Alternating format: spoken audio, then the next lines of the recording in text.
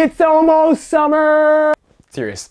Gotta get serious. What's going on? Welcome to another episode of Retail Coffee Break. My name is Nick McHenry, and in today's episode, I sat down with Kirk Keel, the co-founder and co-CEO of Stantt. And we talk about how he went from working in Johnson & Johnson to building a custom menswear empire with over 400 stores of distribution and growing. There's so much to take away from this conversation, so without further ado, let's get into it.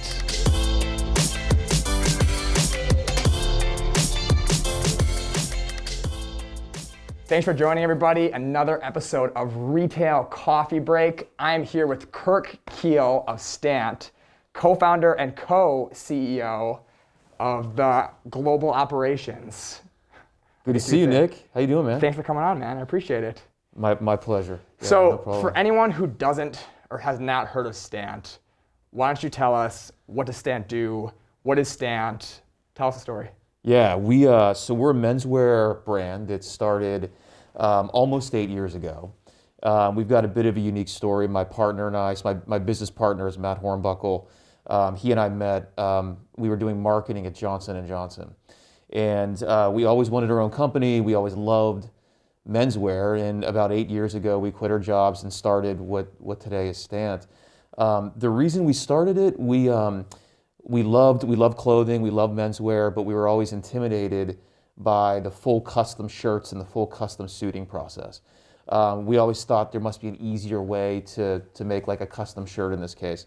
So what we created, and again, it's been 7 or 8 years of doing this now, where we're not really off the rack and we're not really full custom. We're somewhere really in between.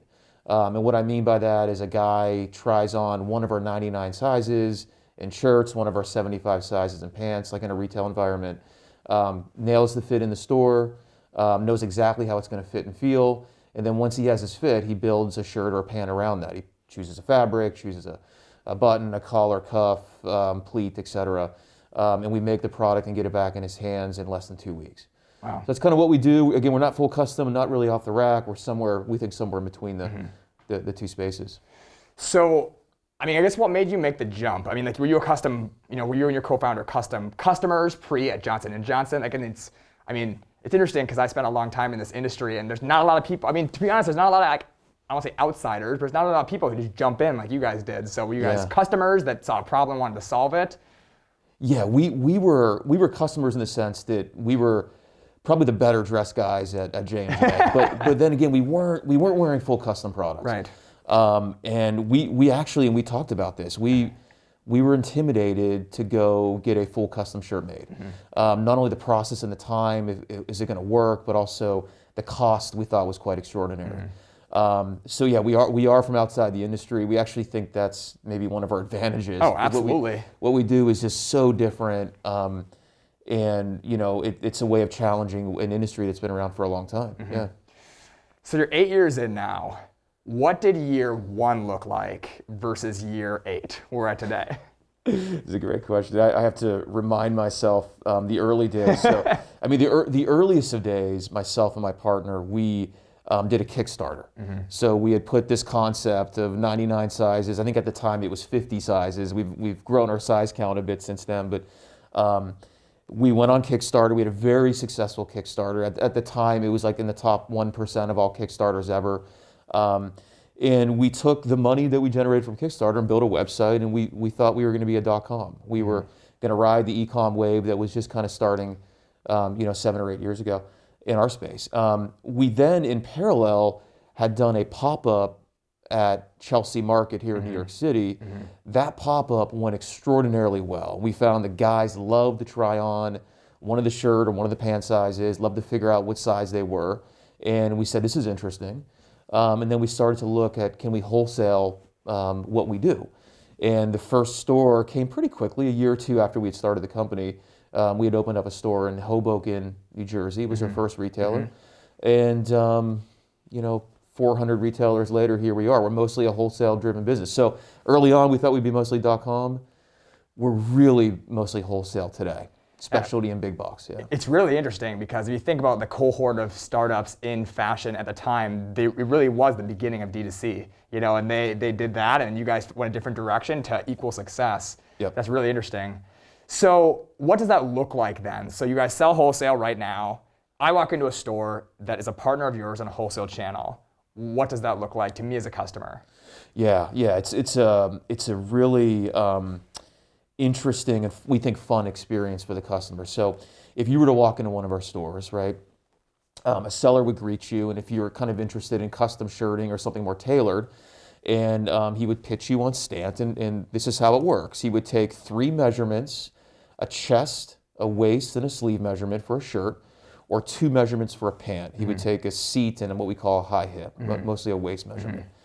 Those measurements would go into a sizing app powered by a smartphone or iPad, and it would reveal one of 99 New York City street names for a shirt, or one of 75 New York City street names for a pant. So we were born, this company was born in New York. We have the flavor of New York City in our blood here.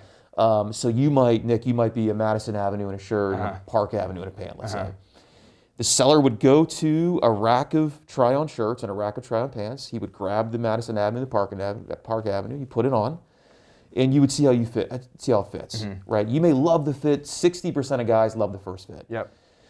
The other 40% would say, hey, for the shirt, can you make it a little slimmer? Or can you make the sleeve a little longer? The pant, there might be some other things you might want to evolve on the fit. You would go back to the app, change 1 or 2 of the measurements, recalculate, and maybe you go from Park Avenue to Wall Street and Madison Avenue to, Essex. And you would try that product on, those try-ons on, and the fit would be perfect at that point. You would nail the fit, you know exactly what you're going to buy from a fit standpoint, and then you'd pick out swatches, collars, cuffs, pleats, the whole. We don't give so many options where it's confusing. Right. We give you just enough options where you say, okay, this makes sense. I can sort of digest this. We have about 150 fabrics to choose from. We can change buttons and things like that, but it's not the full-blown custom experience by design. And that's it. So we lock the product there. You build it yourself, and we make it for you in our factory in Vietnam, and it's back in your hands in about 2 weeks. Wow. So by my calculations, I don't know, maybe somebody knows an exact date that this started, but I'm going to say you guys were probably like 5 years early to like the size inclusive company model. Like right now we have, you see startups popping up all the time that are, skincare inclusive, a million different colors, or, undergarments, you name it. When you first started, were guys super receptive? Do they know how to buy this way? Were they like, okay, cool, you have 99 sizes that I pick from versus the maybe 7 or 8 I'm used to? Or was there an adoption period that happened with that? I think what you're describing is why at first we didn't have the traction online like we did in a store. Got it. The seller, once he was behind it, and we would go into stores and do demos and offer free product to sellers and store managers and so forth. Once they were behind it, they could sell a guy coming to the store, hey, you've got to try this. It's a lot of fun. It's 3 measurements. Yeah. They almost played up like a magic act. Right. You're not going to believe when you walk out of the changing room how great that shirt or pant's going to fit you. Yeah. So they helped us sort of market the product and get guys to adopt. So in that sense, because now that you're majority wholesale, it's almost like the experience is equal parts important to the business, and that's kind of what you discovered, huh? In a sense of like, sure, part of the magic is I can go online, I can get my specific measurements and order it, but the experiential element that comes with it is also very important, of like an expert, let's say, walking you through the Stantt process. We think that experience is everything. I mean, generally we think guys enjoy an experience like that. It's not only fun and easy, but it's fast, right? You're not going to be in a store getting sized on our Stantt products for an hour, let's say. The whole thing can be over in 10 minutes. I mean, it's very quick. And we think retailers are looking for these new experiences for their customers. Yeah. It's the experience is essential. We can do it online, and we do it online every day.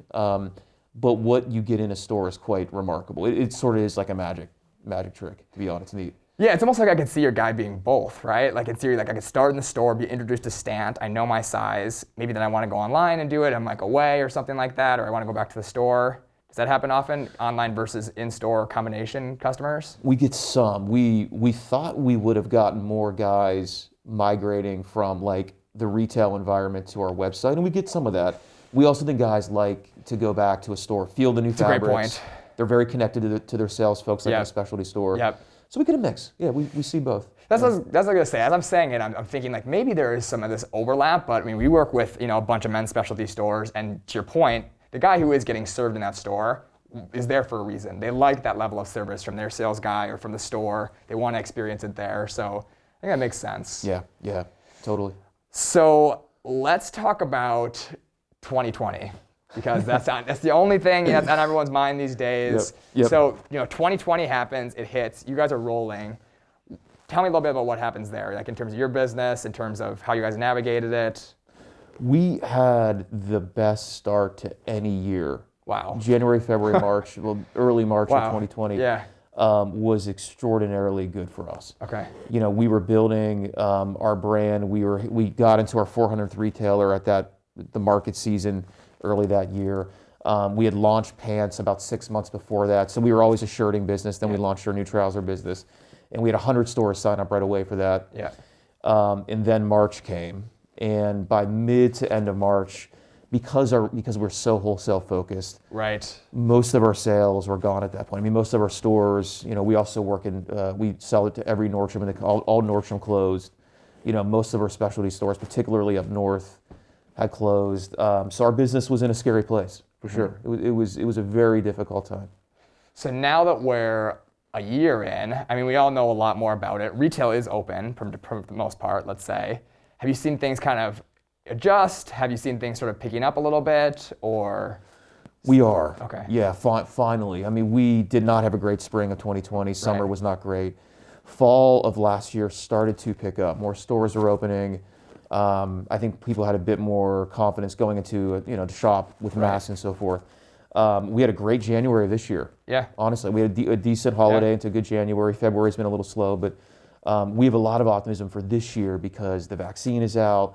We believe by this fall, the world will start to get to some level of normalcy. For sure. I'm not saying it's going to be what it used to be, pre-COVID, but thank goodness we are starting to see some lifeblood coming back. You might need to, all your customers might need to adjust their Stantt sizing post-COVID with either they lost weight or gained weight, right? One of the two. Including myself. The COVID-15, as we like to say. More people are going upwards instead of downwards. That's true. That's a good point. But I think, we keep hearing that will there be like a roaring 20s? That's what everyone's saying, roaring 20s. And maybe that's the case, and we hope the guys are back shopping like they used to and going back to work. Maybe not every day of the week, but some kind of hybrid model where they're in 3 days and home, 2 days of the week or something.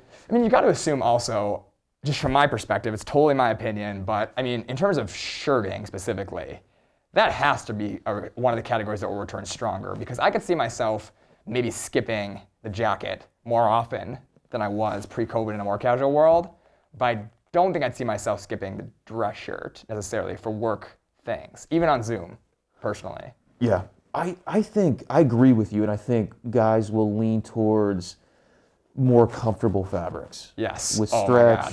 We have a whole performance line that's done really well, and it gives guys, the look of a dress shirt or the look of a nice sports shirt, but way more comfortable with a lot more stretch. So, yeah.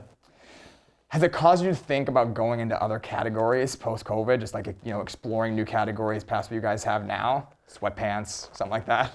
the 99 sizes of sweatpants, could you imagine? It has. We are launching like a jogger this fall. Cool.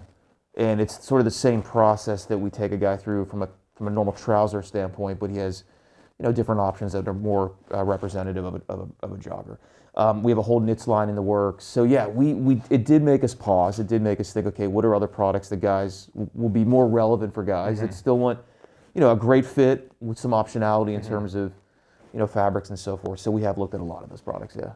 Yeah, I mean, I'm not gonna lie. I mean, at first glance, shirts, pants, they all make sense. Like, those are things that are very fitted. Fit is everything in those things. But I don't know, when I look at other things I wear, I'm thinking right now, sweaters, outerwear, all this stuff, like, I definitely find a fit, and I'm like, if I could have every single thing be this exact fit, I totally would. I mean, across almost every single thing I wear. Yeah. I would say. That is our guy, right? Once he knows his size, and I mean, guys, I don't know most guys, but a lot of guys are sort of these creatures of habit. For sure.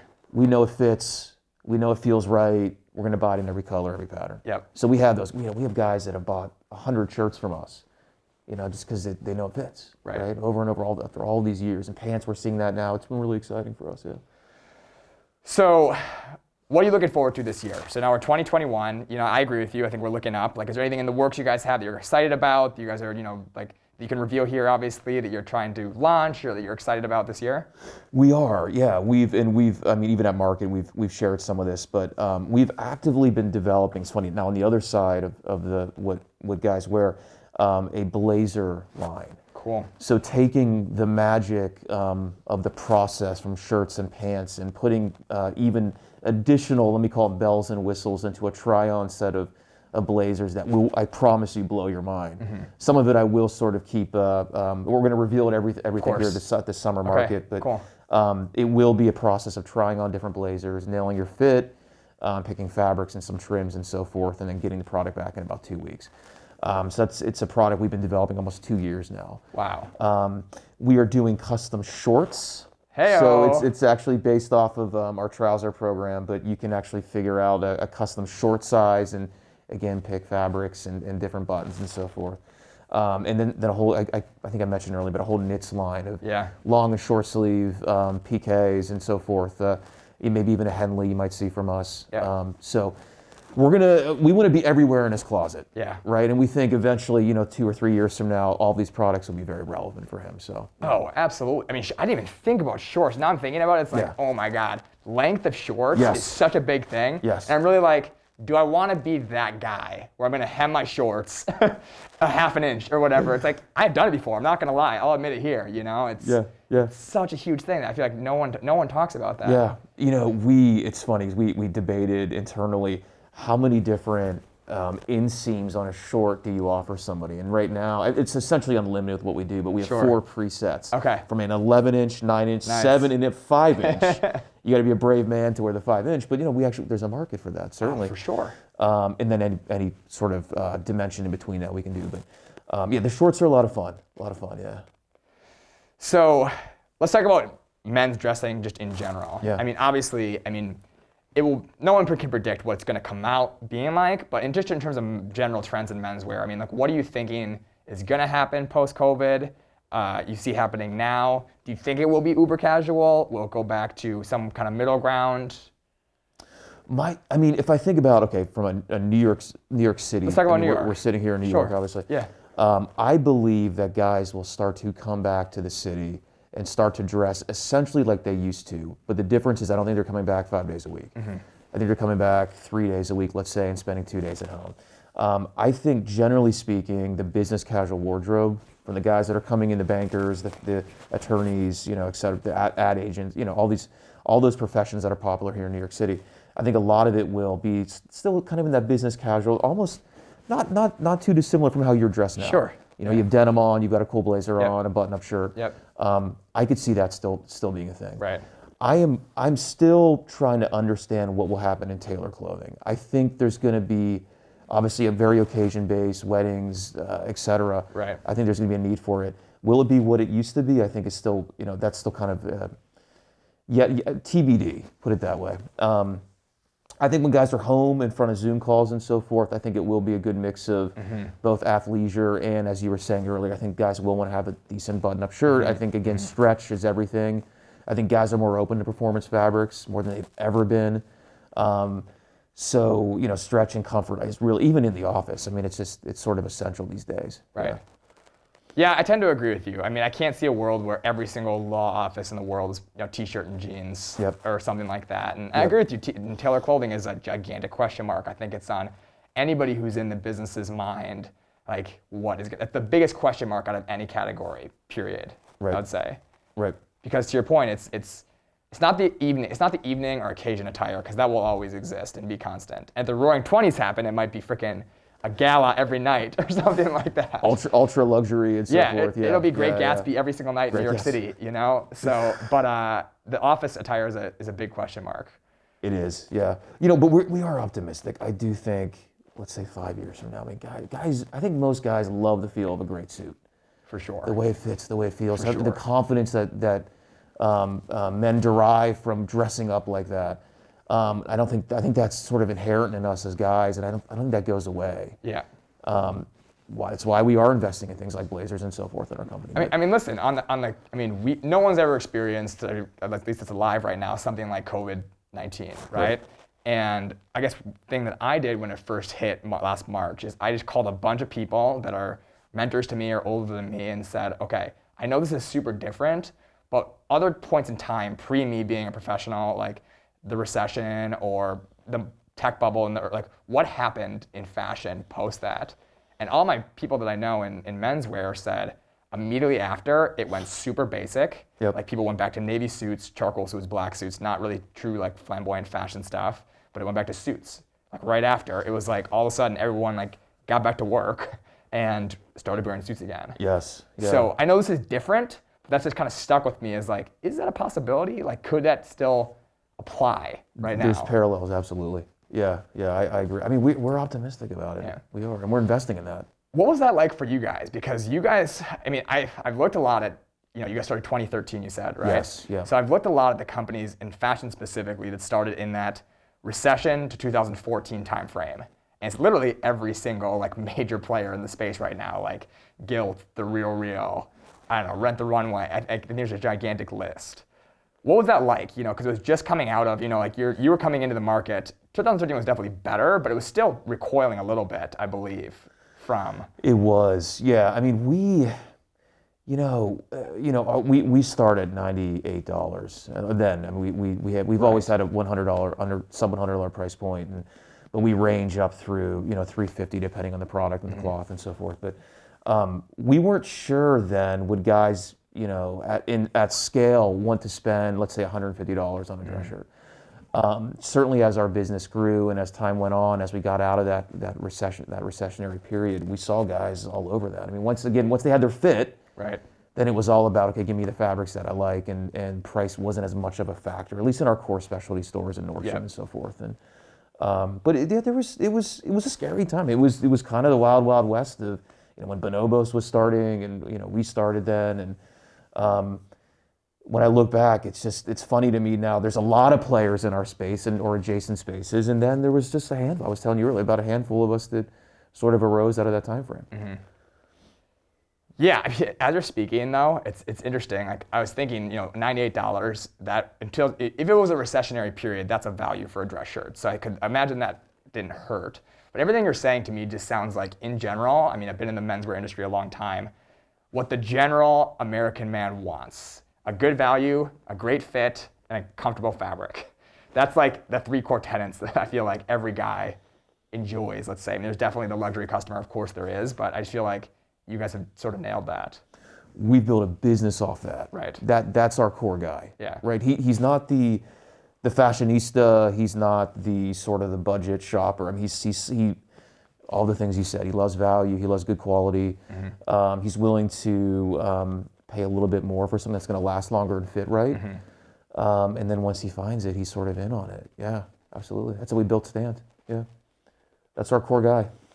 Well, listen, that's a great transition. I'm just going to ask you a couple of rapid fire round questions, and then we'll finish off because we just had such a good conversation. I've learned a ton from you. Yeah, absolutely. Okay, so without thinking too hard on it, what is your favorite store to shop at?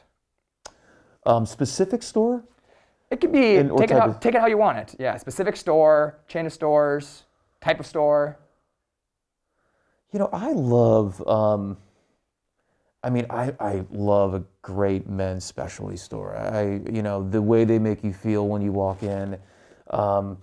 Here like locally in New York, I've bought a lot of product from Rothman's. Mm-hmm. I'm close with Jim Giddin and Ken Giddin and so forth. And, you just feel comfortable. You feel very comfortable in those settings. So I guess I've always been a very big fan of specialty stores. Yeah. Okay, awesome. What is something in your closet right now that you couldn't live without? It could be something you replenish. It could be something, just one specific piece. Ooh, it's funny because my closet is loaded, as you can imagine, loaded with way too many Stantt shirts and Stantt pants. We don't make these yet, but I'll purposely choose something that's not us. Is my joggers. Okay. Yeah, there's a few pairs that I own that I'm in. If I'm home, I'm in them probably 3 or 4 days a week. Awesome. Yeah, comfortable. They look good. Yeah. Cool. Final question. What would you say is your favorite, or what gets you most excited, fashion industry, innovation, trend, something that's new that you're seeing or think will happen in the future? Oh, it's a great question. I think just the trend that retailers, and what gets us excited, right? And me personally, the trend that retailers are looking for options that both are highly experiential, where they really give their customers a unique experience that they can't get anywhere else, particularly online, along with experiences that are very low in inventory and sort of rely on, I mean, kind of what we do. Just being very frank about that. I mean, options for the customer, they can try it on, they can choose, and then they personalize what they want, without having a heavy burden on the retailer. So I think retailers will be looking more for those kind of offerings. For sure. So yeah. All right, one more I'm gonna throw at you. Yes, I was just thinking about it, because I think people will get value out of this. So, I mean, I think a lot of people in fashion right now, in the corporate world, are, I don't say rethinking their position in the industry, but a little bit. I mean, a lot's happened in a year, maybe what is my future in this industry? As somebody who went from Johnson & Johnson to building a very successful business, what's just one piece of advice you would have for somebody, either in corporate or trying to start their own company in the retail fashion industry? What's one piece of advice you'd have for them? Yeah, for us, I mean, I was marketing consumer products like KY jelly. I mean, imagine those focus groups, man. It was crazy. So I made a complete jump into menswear in the world that we're in here. I think you just sort of have to trust your heart is the first thing I learned. I mean, just if you think you got to go for it, right? I'm more talking about if you want to start your own thing. The second thing, I think I didn't appreciate when you leave like the safety of the corporate world and go start your own company. And I know you probably know a lot of this as well.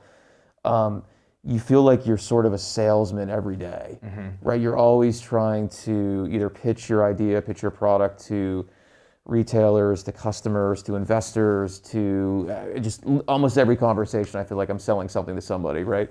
And I think I didn't appreciate that skill set. I wish I had more time to develop that skill set before I made the jump versus sort of learning it on the fly. Right. Yeah. Oh, it's amazing advice, because it's the truth. You are a salesperson. Every single thing about Just about every day, yeah. is 100% true. Yes. All right, man. Well, listen, this was super enjoyable. Yeah. I learned a ton. I mean, I'm super excited to see what Stantt does in the next couple months, couple years. I think you've got, a hugely bright future ahead of everything the company's doing. Much appreciated, Nick. Thanks, man. I appreciate your time today. Thank you. Thanks so much for watching another episode of Retail Coffee Break. If you enjoyed this conversation, drop a subscribe below. Hit this with a comment. Would love to hear what you're thinking, what you're building, and I will catch you next time.